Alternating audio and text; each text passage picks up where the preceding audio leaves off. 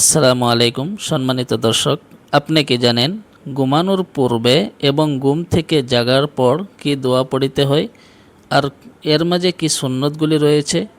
চলুন এই এক ছোট ভিডিওর মাধ্যমে সমস্ত কথা শিখে নেই। ঘুমানোর পূর্বে এ দোয়া পড়িতে হয়, আল্লাহুম্মা বিসমিকা আমুতু ওয়া আহিয়া।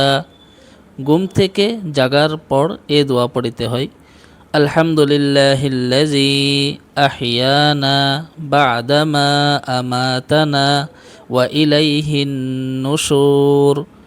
ঘুমানোর সহি সুন্নাহ: ওযু করে ঘুমানো, বিছানা ঝেড়ে নেওয়া, ডান কাতে শোয়া, ডান হাত ডান গালের নিচে রাখা, আয়াতুল কুরসি পড়া, সূরা ইখলাস, সূরা ফালাক ও সূরা নাস পড়ে হাতে ফু দিয়ে শরীরে মুছে নেওয়া 3 বার, 33 বার সুবহানাল্লাহ, 33 বার আলহামদুলিল্লাহ এবং 34 বার আল্লাহু আকবার পড়া।